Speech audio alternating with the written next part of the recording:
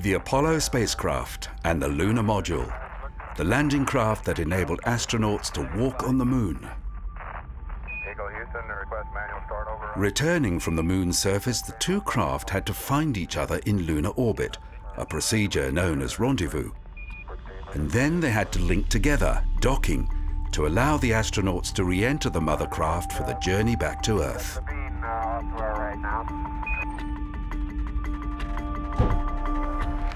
President Kennedy had announced his country's goal of landing a man on the moon in 1961. We choose to go to the moon in this decade and do the other things, not because they are easy, but because they are hard. Yet in 1961, decision makers at NASA had no idea how the ambitious mission, now called Apollo, could be carried out.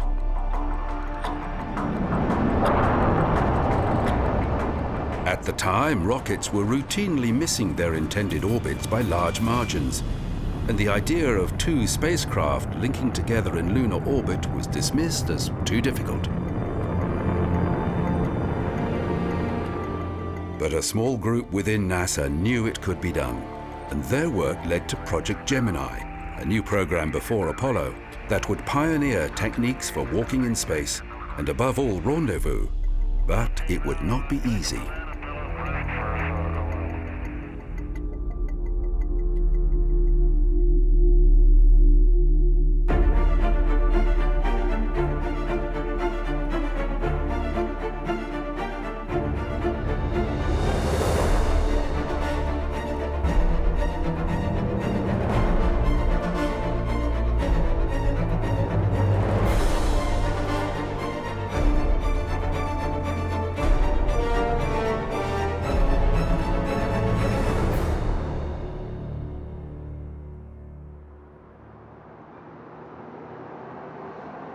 In October 1961, NASA began testing a new series of rockets called Saturn. When the Saturn went into development in 1957, NASA hadn't been established, and there were no solid plans for how the big new rocket would be used.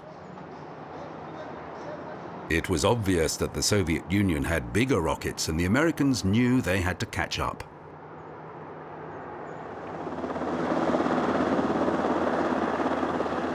Shortly before the first flight test, the president had announced US plans to land a man on the moon. And it became clear that the Saturn would play a part in what was called Project Apollo. 800 miles per hour. Take the upper stage of our space rocket around and... Yet even at this stage, NASA engineers had not decided exactly how a moon mission would be carried out.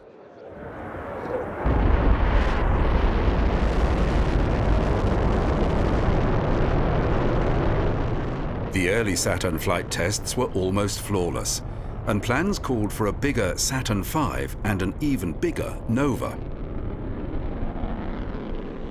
Such ambitious heavy lift launchers would take time to develop, so an interim program, Project Gemini, was instigated. It would make use of the newly developed Titan missile, which was already being mass-produced. The Gemini launch vehicle was a two-stage booster derived from the Titan II missile.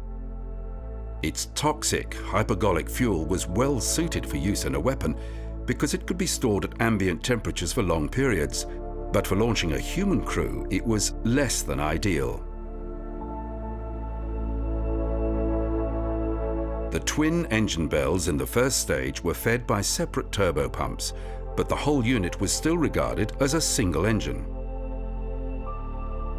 The Titan's second stage engine discharged through a single engine bell optimized for the vacuum of space. The rocket's inertial guidance unit was contained in this stage. The Titan II's heavy lift capability and the minimal development time required to adapt it for manned spaceflight made it a logical choice for the Gemini project. Gemini 4, Glenarvan, Capcom. The United States Air Force had a great interest in Gemini, and several Blue Gemini missions that were exclusively devoted to Air Force research were planned. A top-secret group of Air Force astronauts was selected, and an Air Force orbiting laboratory was envisaged. However, these were cancelled because it was felt that NASA Gemini missions could carry out the relevant research. At the time, the Mercury program was underway. The one-person Mercury capsule was designed by NASA and built by the McDonnell Aircraft Corporation. McDonnell would also build the Gemini capsule. Outwardly, the Gemini spacecraft resembled its Mercury predecessor, with a similar blunt rear end and the same corrugated nickel alloy skin. However, it was built for 2 astronauts and featured many refinements. NASA engineers realized there were many new problems to be understood, so the Gemini spacecraft was designed to carry out long-term space missions. Propellants and life support systems were situated in separate modules that were jettisoned before return through the atmosphere. It had doors that could be opened in flight to allow astronauts to walk in space. And it was equipped with an elaborate maneuvering system that enabled it to change its orbit. The Gemini spacecraft was the first to be equipped with solid-state electronics and a flight computer. Leaders within NASA, like Wernher von Braun, envisioned a large rocket flying directly to the Moon, landing and returning to the Earth. 2 versions of this technique were studied. Direct ascent required the huge Nova launch vehicle. The other method, known as EOR for Earth Orbit Rendezvous, required far more complex mathematics and 2 Saturn C3 rockets for a rendezvous in Earth orbit where the lunar configuration would be assembled. Engineers working at NASA's Langley Research Center had devised a 3rd method called LOR for Lunar Orbit Rendezvous. This technique required only the Saturn C5 rocket and a small lunar landing craft. No one outside Langley took this proposal seriously, because while the rendezvous of spacecraft in Earth orbit was regarded as difficult, rendezvous in lunar orbit was seen as madness. But the Langley group persisted, and eventually the LOR method was adopted, with NASA scientists being convinced that the physics was sound and that it could be achieved within the 1960s timeframe. In 1962, NASA recruited 9 new astronauts. Like their Mercury predecessors, they had to have test pilot experience, but they also had to have relevant degrees in engineering or biological science. Many of this group would fly to the Moon, but some would lose their lives.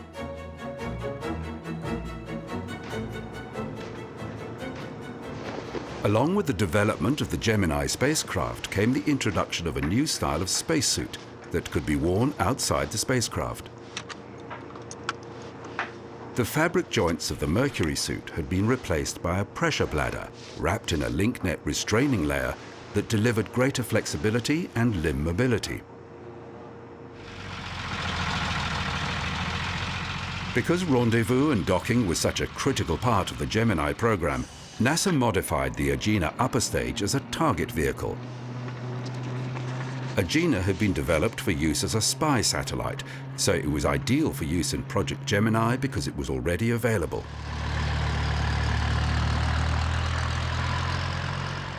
It would launch atop the Atlas missile, which was already carrying Mercury astronauts to orbit.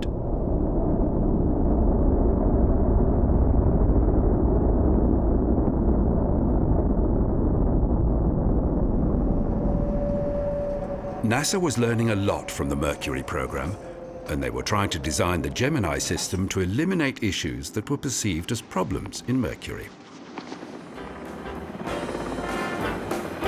All Mercury flights landed in the ocean and required an aircraft carrier, support ships, and helicopters for recovery of the astronaut and the capsule. This was a stopgap measure, and it was expensive, particularly if a spacecraft had to make an emergency return. The US Navy had to have trained recovery groups in the 3 major oceans. In an attempt to eliminate this costly exercise, it was proposed that the Gemini spacecraft would not deploy parachutes and instead unfurl an inflatable Rogallo wing. Astronauts liked the idea, and rudimentary tests began in 1962 with a tricycle frame beneath a wing made from Irish linen. Soon, an inflatable version of the wing was trialled. Several pilots accustomed to jet fighters became fascinated with the project, and at least 2 X-15 pilots took part in early flights. Control via cables was improved, but there were reliability problems with the deployment of the wing, and NASA opted to follow the recovery at sea technique they had become familiar with, and the Rogallo wing was dropped. For emergencies, the Mercury capsule relied on small but very powerful solid-fueled rockets to pull it clear should the launcher beneath it explode.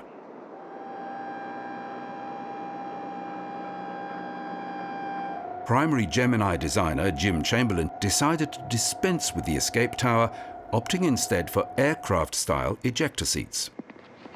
The seat included a small rocket to push it clear of the spacecraft, and the weight saving over the escape tower was considerable, but the system was not liked by the astronauts. Chamberlain had watched film of exploding Titan missiles and was convinced that the hypergolic fuel they used exploded at a slower rate than the Atlas's oxygen and kerosene combination.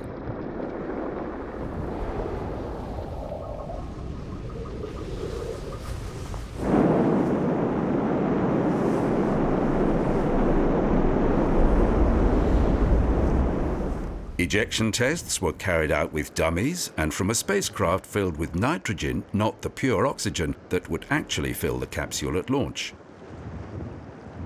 It was a brave decision to use the ejector seats.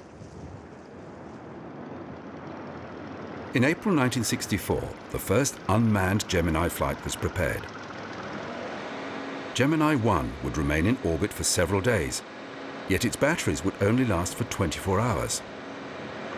When the power ran out, the mission was over.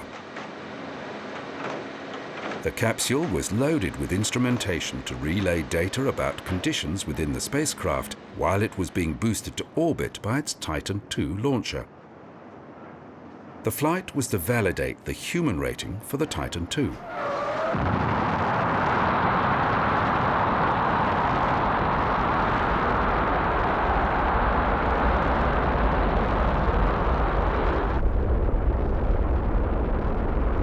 As a missile, the Titan II had suffered from severe longitudinal oscillations, and engineers wanted to make certain that their modifications were reliable.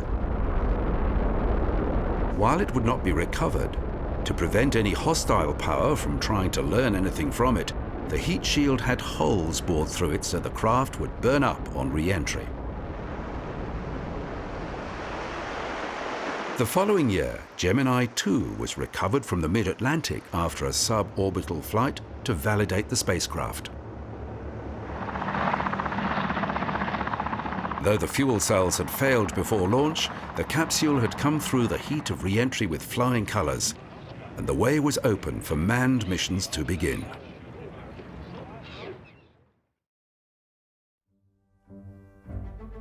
Gus Grissom had been one of the original Mercury 7, NASA's first astronauts.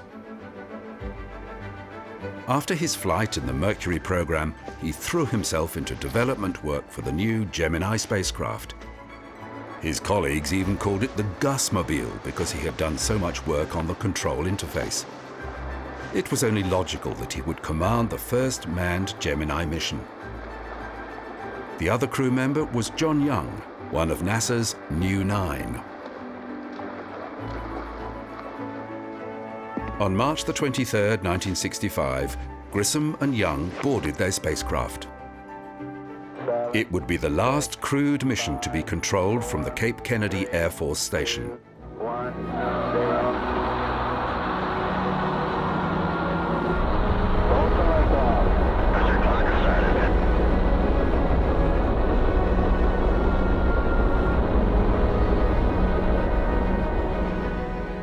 The flight lasted slightly less than 5 hours, making 3 orbits.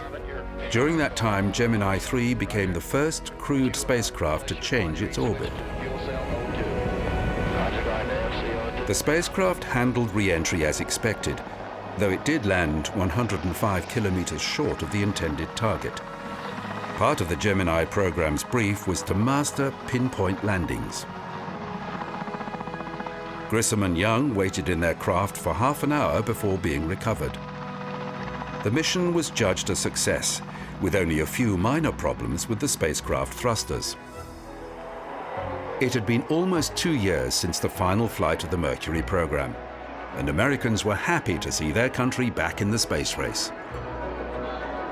Grissom and Young were feted in ticker-tape parades through New York and Chicago, and they were honored by President Johnson in a White House ceremony.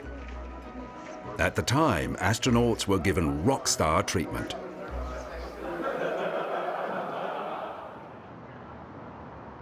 The next Gemini mission would be more ambitious. NASA had brought forward a spacewalk. Ed White would duplicate the exercise already done by Soviet cosmonaut Alexei Leonov. The Americans were keen to demonstrate they were closing the gap on their Russian rivals. Astronauts could experience limited periods in a microgravity environment when a specially adapted KC-135 aircraft followed a parabolic flight path. Astronauts would have 25 seconds of weightlessness. To rehearse more complex, longer duration routines, the astronaut was suspended in a rig that moved on a low-friction cushion of air. Gemini 4 was the first of NASA's manned flights to be controlled from the new Mission Operations Control Center in Houston.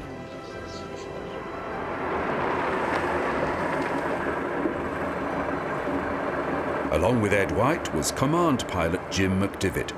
It was the first space flight for both men. The mission was scheduled to last for slightly more than 4 days. For NASA, this would be a new record.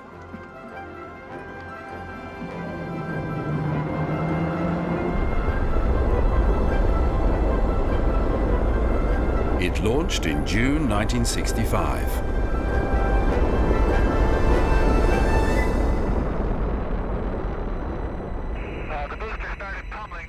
Upon reaching orbit, McDivitt tried using the thrusters to rendezvous with the Titan's upper stage. But the stage seemed to move further away, and rapidly depleting fuel forced them to give up. Clearly, rendezvous could not be done intuitively. There were a number of scientific experiments scheduled for the mission, but the crew began to focus upon the major task, the spacewalk.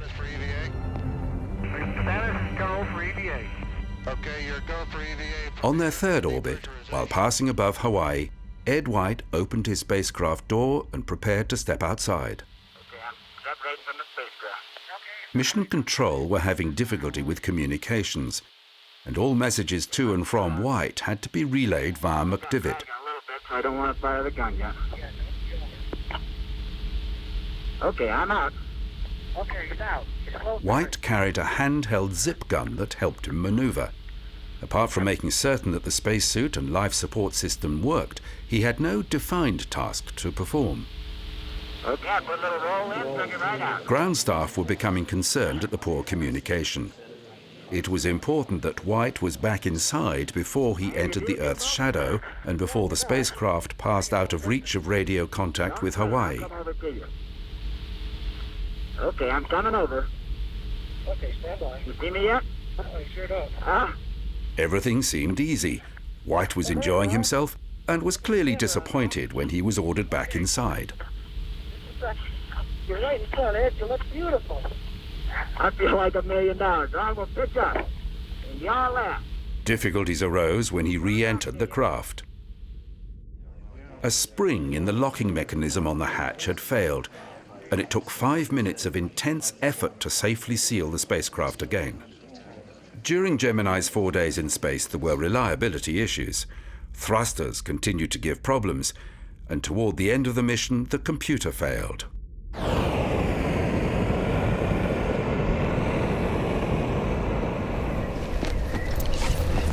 Again, the spacecraft landed short of the intended target zone. The mission was judged a success, but NASA was keen to iron out the hardware difficulties. Mercury veteran Gordon Cooper would lead the next mission with first-time astronaut Pete Conrad. Gemini 5 was to stay in orbit for more than 7 days, and the pair had chosen a Conestoga wagon as a symbol of endurance. Their spacecraft would rely upon fuel cells that combine hydrogen and oxygen to produce electricity, a technology that delivered greater weight savings than batteries, allowing the longer duration flights for trips to the moon.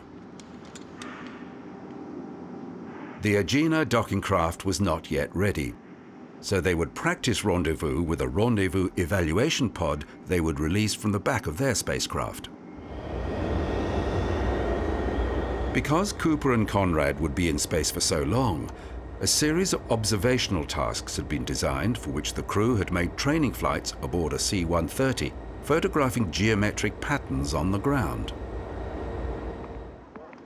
Hardware problems and storms had caused the original launch attempt to be scrubbed, but 2 days later the Gemini 5 astronauts entered their spacecraft on August 19, 1965.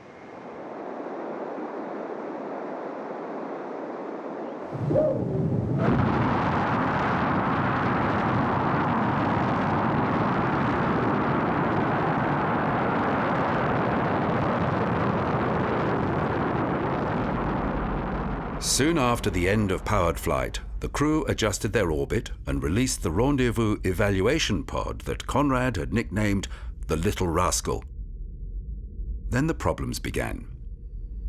Low oxygen pressure readings in the fuel cells led Cooper, who was out of contact with mission control, to shut down all but essential electrical systems. Now relying on batteries alone, it appeared the mission would have to return early. At the time, no one understood that a malfunctioning heater within the oxygen tank had caused the pressure to drop. By the time they began switching power back on, batteries in the Little Rascal had gone flat, and the rendezvous exercise was no longer possible. On the ground, astronaut Buzz Aldrin began working on a virtual rendezvous where Gemini 5 could navigate to a predetermined point in space. This worked, but soon new problems arose. Thrusters began to misbehave, with numbers 7 and 8 failing completely.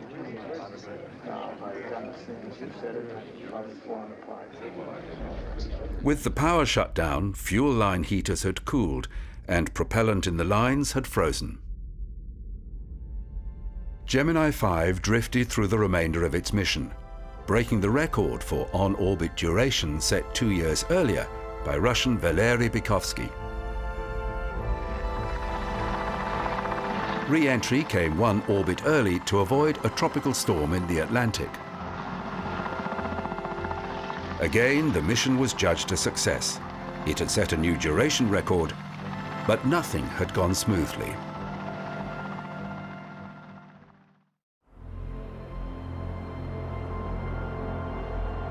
Finally, an Atlas-Agena combination was ready to serve as a target vehicle. Wally Schirra was mission commander, and his pilot was first-timer Tom Stafford.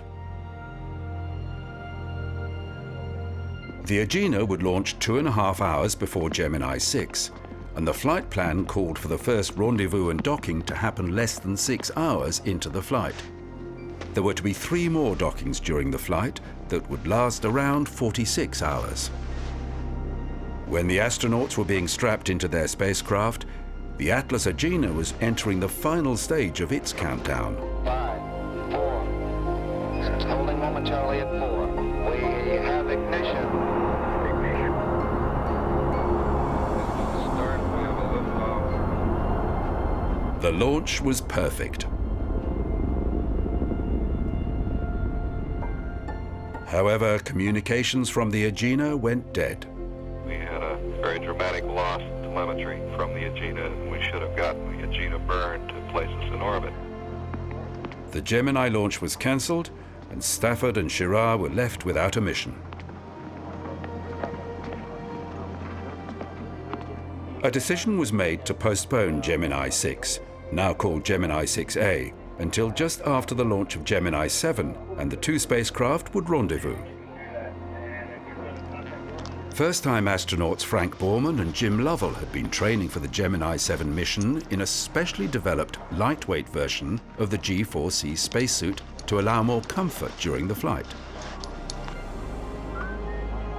Gemini 7 had always been intended as a long-duration flight. Mission planners had been hoping for 14 days. The objective was to solve design problems with spacecraft systems and to see what effects prolonged weightlessness would have on the crew.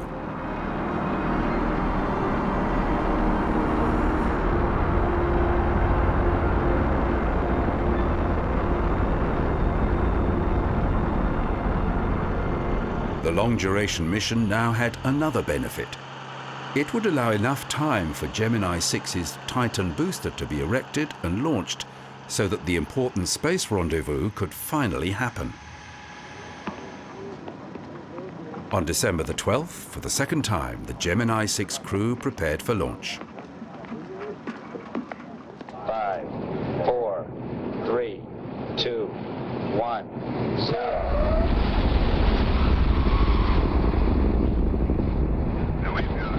After less than 2 seconds, the engines shut down. No liftoff. The engines have shut down. An umbilical plug had separated prematurely. For a second time, Girard and Stafford failed to launch. 3 days later, Gemini 6 made its third launch attempt.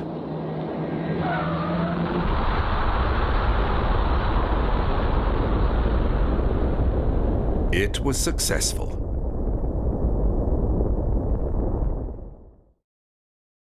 Little more than 5 hours later, after several very accurate course corrections, the two Gemini capsules were flying side by side. NASA was delighted, and the footage of the spacecraft in orbit was shown around the world.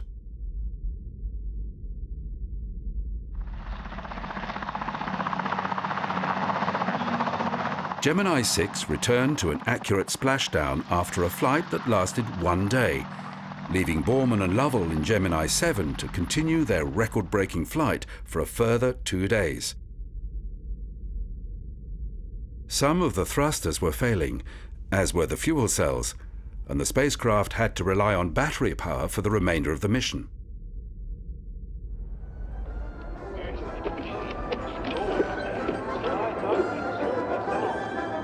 After 14 days, they returned to the Atlantic around 12 kilometers from their target point.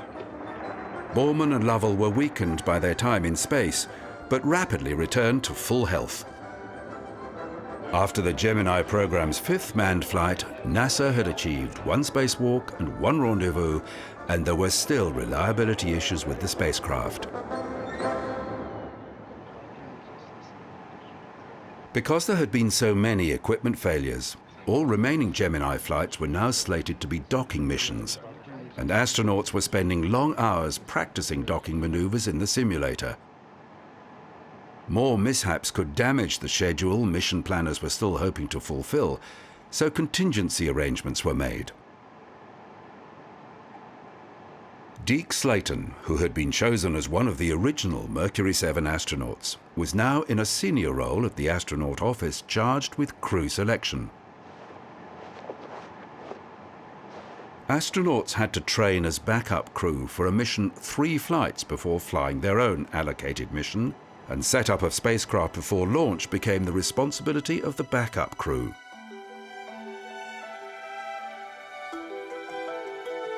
It became customary to take a version of the crew photograph that included the backup astronauts.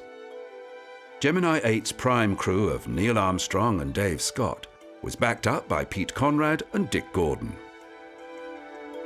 Gemini 9's prime crew of Elliot See and Charles Bassett was backed up by Tom Stafford and Gene Cernan.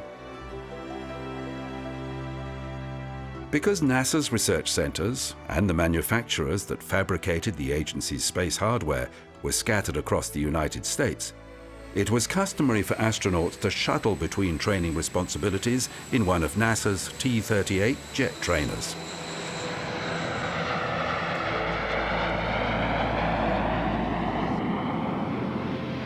All astronauts were qualified jet pilots, and they had to keep their flying hours up, so NASA maintained a fleet of T-38s for this purpose.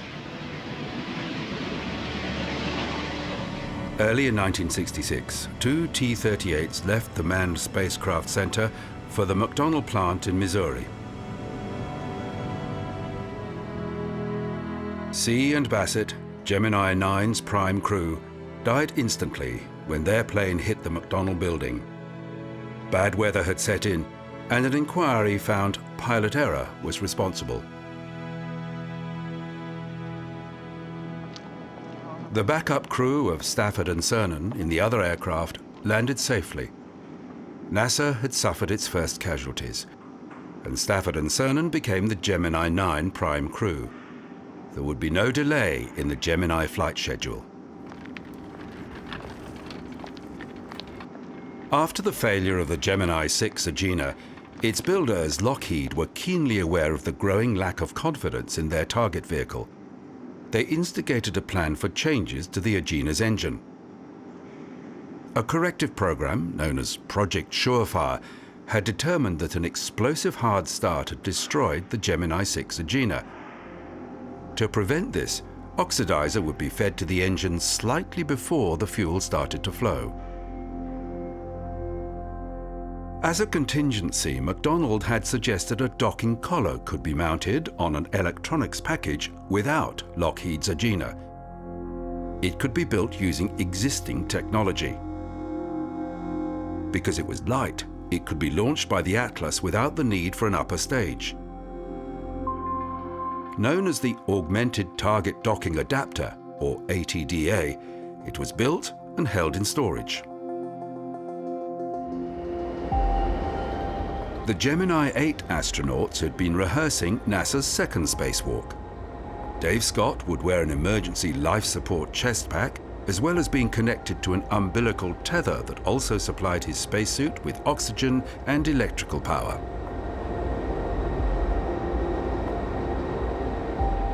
In addition, a backpack stored in the rear of the Gemini adapter contained a radio and 8 kilograms of propellant for a maneuvering zip gun. The flight plan called for 2 spacewalks. The first would last for more than 2 hours. The second involved the backpack propulsion unit and a much longer tether. It was cumbersome, and Scott flew more than 300 zero-G parabolas, learning how to cope with the equipment.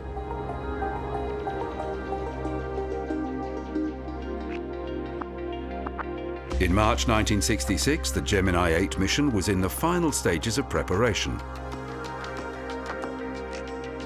For mission commander Neil Armstrong, this was his first spaceflight. His pilot, Dave Scott, was also a first-timer. Their mission was intended to last for 3 days, during which they would dock with the Agena 4 times.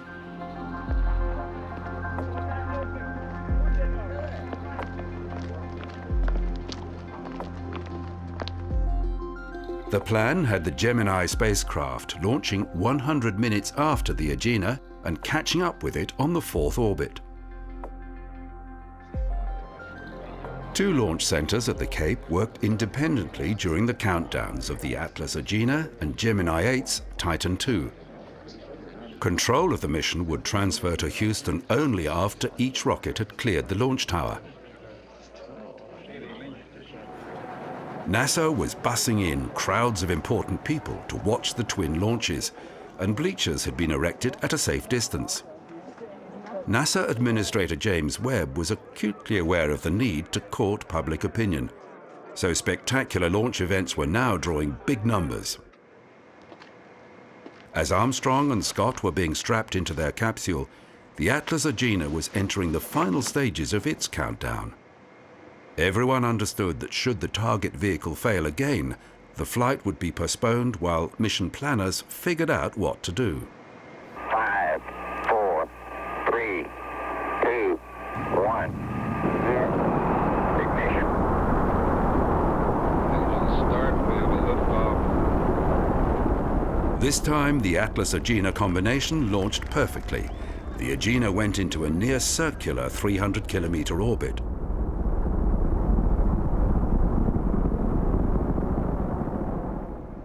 In the spacecraft, Scott and Armstrong knew the mission's first task had been accomplished.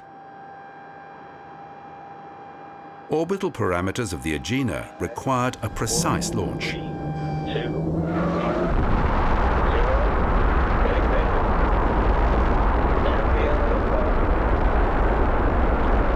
Gemini 8 blasted off on schedule.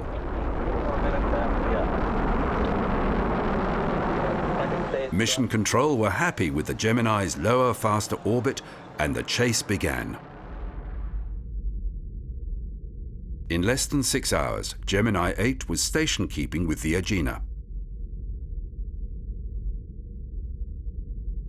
Passing above southern Africa, the spacecraft docked.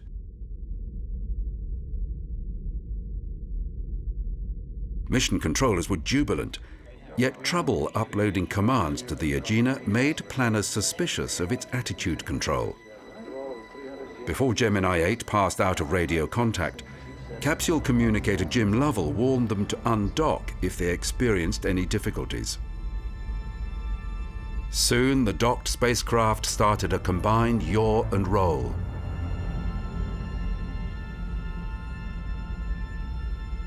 Armstrong separated from the Agena, but the rate of spin increased.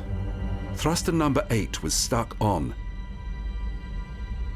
Spinning rapidly, the crew's vision became blurred, and Mission Control feared Armstrong and Scott might pass out. Neil Armstrong knew that the only way to regain control was to use the big thrusters in the re-entry system. This worked, but mission rules stated that a return to the ground must happen rapidly.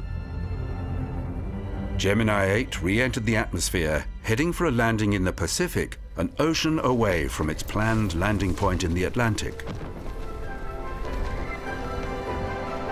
A secondary recovery team was waiting off the coast of Okinawa, and the crew were picked up 3 hours after their craft hit the water. Armstrong was depressed that his mission had been severely curtailed, and worried that Scott had not made his spacewalk. But Gemini 8 made the first docking, and important people took note of the way Armstrong had remained calm in a dangerous situation.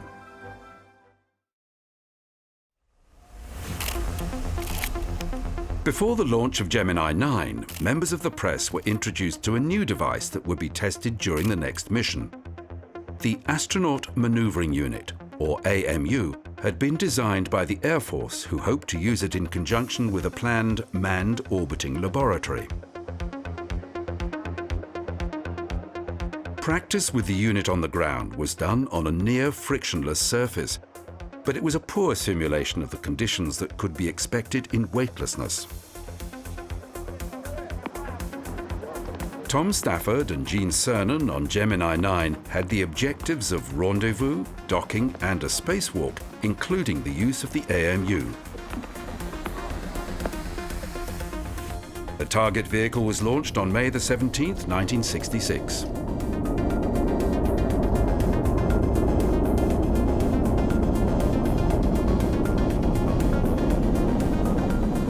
It functioned well until it was out of sight, when a short circuit sent the Atlas booster into a nosedive. Mission Control recalled the crew and NASA began work on its Plan B. Because of the Agena's questionable reliability, the augmented target docking adapter was ready, and Atlas builders Convair supplied another booster in record time. This combination launched less than 2 weeks later.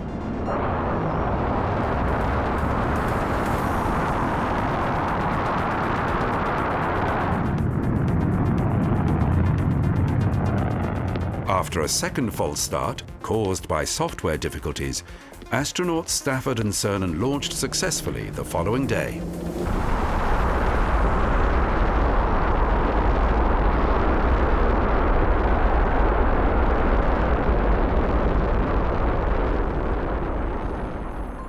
When they caught up with the target vehicle, it was obvious that docking would again not be possible.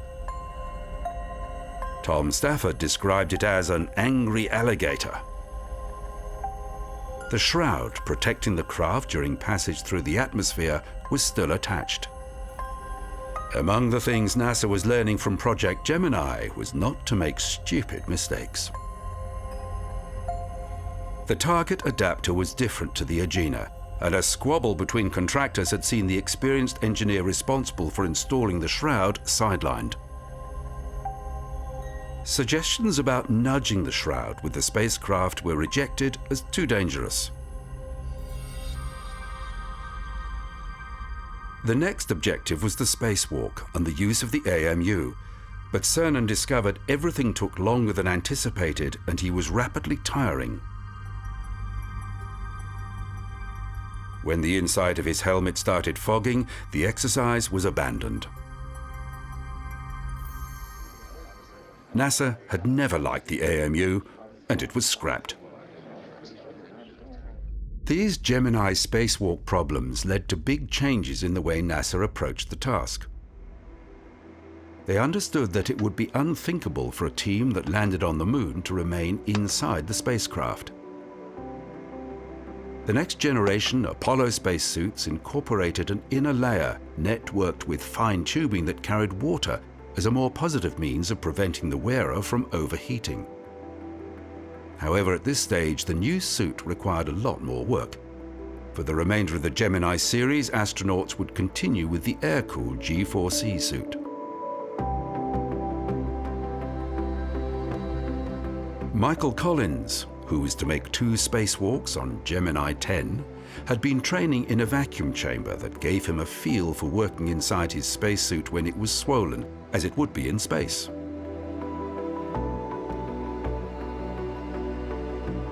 The ponderous training on a cushion of air remained the best that they could think of for extended spacewalk simulation. After the familiar dual launch of the Agena and the Titan II, John Young and Michael Collins caught up with the target vehicle on the 4th orbit, but a misalignment of the Gemini 10 craft during one maneuver required orbital corrections that burned large amounts of fuel.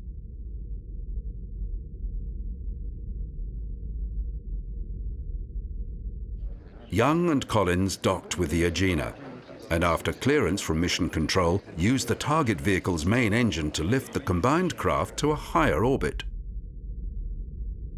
While passing above Africa, Collins opened his hatch for a stand-up spacewalk. From the higher orbit, he photographed stars in the southern Milky Way.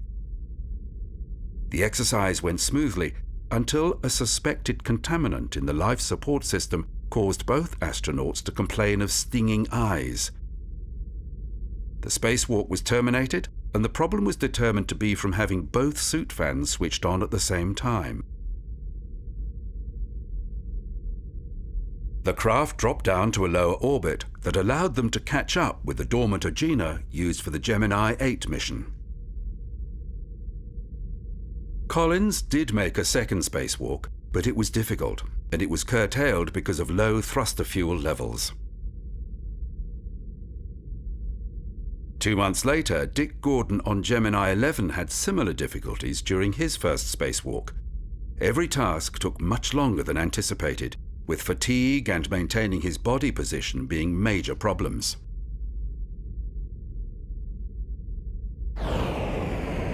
One objective of the Gemini program had been mastered. The return to Earth was now routinely under computer control, and spacecraft were splashing down in view of their recovery ship.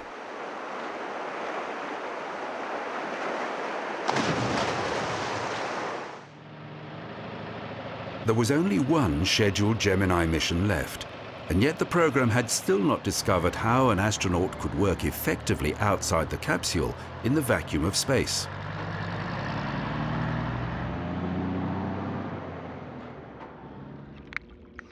Changes were made. A new underwater training routine was introduced. NASA had set up a Gemini Agena mock-up in the swimming pool at the McDonough School near Baltimore, and astronaut Buzz Aldrin would be the first to rehearse his mission routine there. In addition, astronauts venturing outside the spacecraft had requested handles and handrails.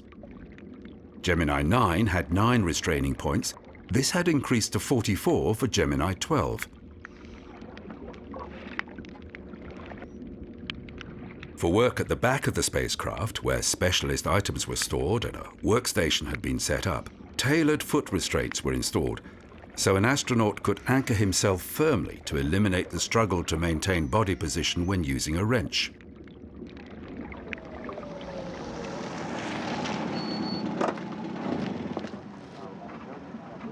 As Aldrin and Mission Commander Jim Lovell crossed to the base of the launch gantry, they displayed the words, "The End," on their backs.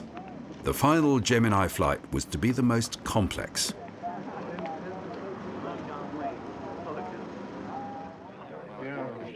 This would also be the last manned launch controlled from the Complex 19 blockhouse.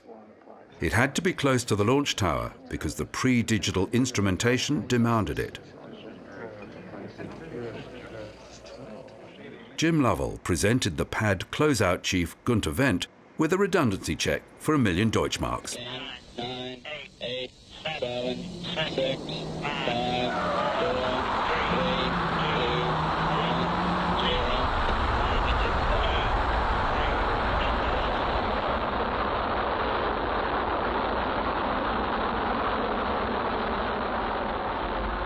Upon reaching orbit, Lovell and Aldrin began tracking the target vehicle with radar, but reception soon became patchy, forcing the astronauts to rely upon sextant sightings and paper tables to make the rendezvous maneuvers.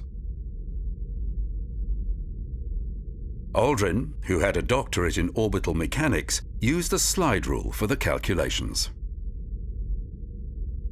This was a good test, enabling the pair to demonstrate the viability of rendezvous via more basic methods. Docking was achieved simply, and the pair practiced the maneuver using different approaches. It was decided to abandon using the Agena to fly to a higher altitude, as telemetry had revealed a loss of engine chamber pressure during its boost to orbit.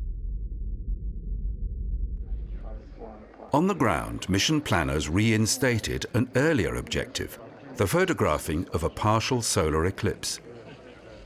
If the Gemini crew could get to the right part of their orbit at the right time, they would have just 8 seconds to photograph the partially obscured sun.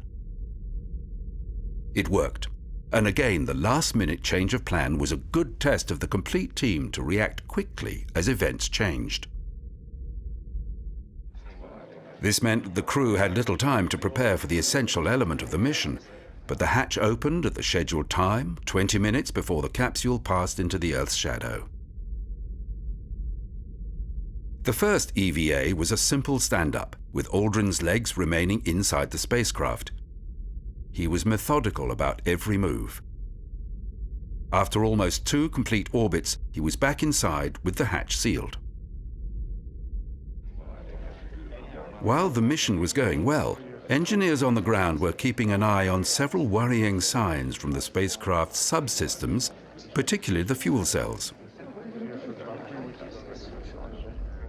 The next day, Aldrin left the spacecraft entirely and made his way to the Agena. He had a completely different approach to his work outside.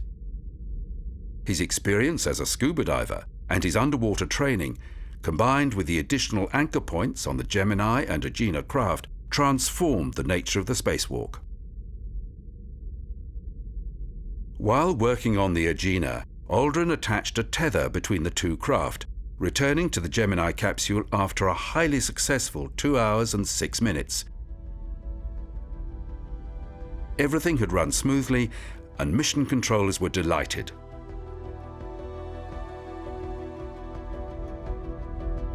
NASA was aware of the high fuel usage involved in station keeping, and they wanted to see if a tether was a practical method to keep 2 spacecraft in proximity.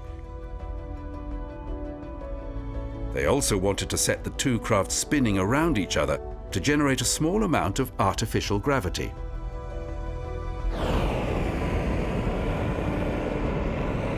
After almost 4 days in space, Gemini 12 re-entered the atmosphere. The return to Earth was controlled by the onboard computer, and the craft splashed down in the Atlantic close to its recovery ship, the aircraft carrier Wasp.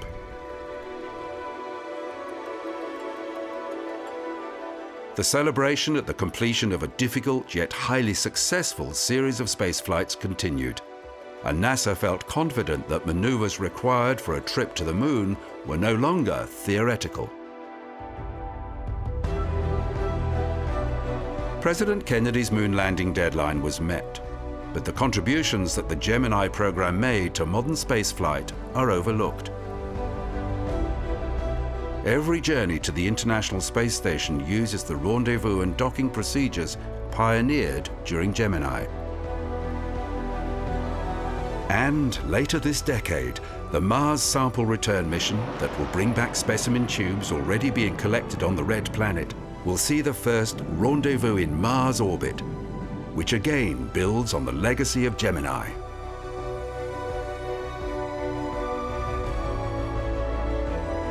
Astronauts and cosmonauts carry out routine maintenance on the ISS using expertise developed during Gemini.